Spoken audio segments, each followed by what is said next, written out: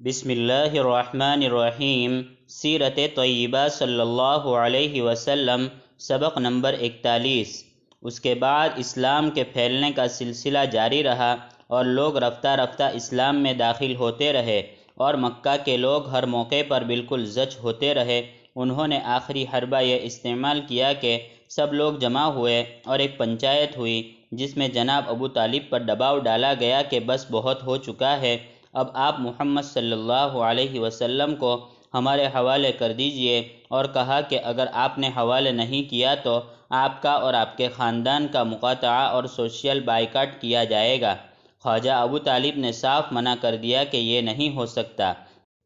چنانچہ ان تمام شرپسندوں نے مل کر ایک دستاویز تیار کی، اور اس میں یہ لکھا گیا کہ جب تک بنو ہاشم کے لوگ محمد صلی اللہ علیہ وسلم کو ہمارے حوالے نہیں کریں گے، ان کے خاندان والوں سے رشتہ ناتا، آنا جانا، دعوت اور خرید و فروخت سب بند ہے۔ چنانچہ وہ معاہدہ نامہ لکھ کر بیت اللہ شریف میں لٹکا دیا گیا۔ اللہ تعالیٰ کی جانب سے مدد کہیے کہ بنو ہاشم کے سب لوگ، خواہ وہ مسلمان ہو چکے ہو یا نہ ہوئے ہو، ان سب نے اس معاملے میں حضور صلی اللہ علیہ وسلم کا ساتھ دیا، اور شیاب ابی طالب میں یہ لوگ تقریباً 2.5 یا 3 سال تک اسی طرح محصور رہے، اور تنگی کا معاملہ اس قدر تھا کہ کئی کئی دن گزر جاتے تھے، کوئی چیز کھانے کو دستیاب نہ ہوتی تھی، اور بچے بھوک سے بلکتے رہتے تھے، ان کے لیے بھی کچھ انتظام نہیں تھا، راتوں کی نیند اڑ گئی تھی۔ مکہ میں اگر کوئی تجارتی قافلہ آ جاتا تو مکہ کے لوگ یہ کہتے کہ خبردار ادھر مت چلے جانا، اور اگر کوئی چیز خریدنے آتا تو دگنی اور چگنی قیمت لے کر تب اسے دیا کرتے تھے۔ یہ صورتحال صرف دین کے لیے ان حضرات نے برداشت کی۔ جب معاملہ حد سے تجاوز کر گیا تو انہی میں سے کچھ لوگ پیدا ہوئے، اور انہوں نے رات کی اندھیریوں میں کچھ غلہ وغیرہ پہنچانا شروع کیا۔ پھر بھی ابو جہل ملعون اس میں رکاوٹ بنتا رہا اور ان کو ذلیل کرتا رہا۔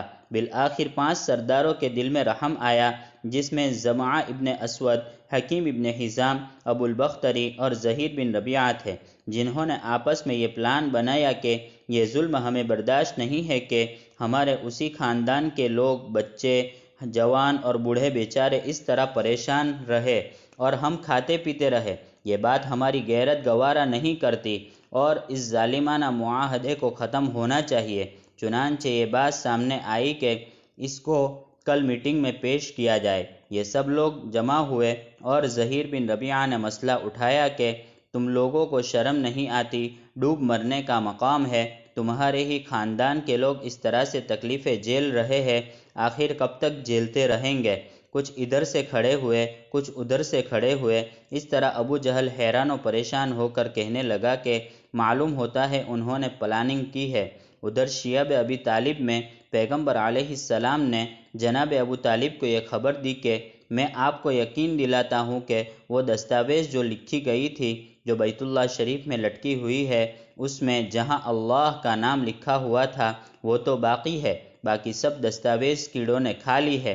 تو ابو طالب نے ان سرداروں کے پاس پیغام بھیجا کہ میرے بھتیجے نے خبر دی ہے کہ وہ دستاویز اب ختم ہو چکی ہے، اسے پھاڑنے اور ختم کرنے کی ضرورت نہیں ہے، وہ خود ہی ختم ہو چکی ہے، اور میرا بھتیجا نہ آج تک جھوٹ بولا ہے اور نہ بولے گا، لہٰذا اسی کو معیار بنا لو۔ اگر ٹھیک ہے تو میں محمد کو تمہارے حوالے کر دوں گا، اور اگر کیڑوں نے کھا لی ہے تو معاہدہ ختم ہونا چاہیے۔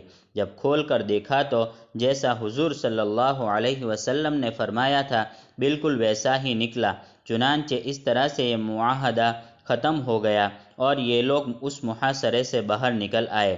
تاریخ اسلام کا یہ بہت ہی دردناک مرحلہ ہے، یہ آسان نہیں ہے، سوچ کر ہی رونگٹے کھڑے ہو جاتے ہیں، اتنی شدت کے ساتھ کیسے ان لوگوں نے یہ وقت گزارا ہوگا۔ وآخر دعوانا ان الحمد للہ رب العالمین۔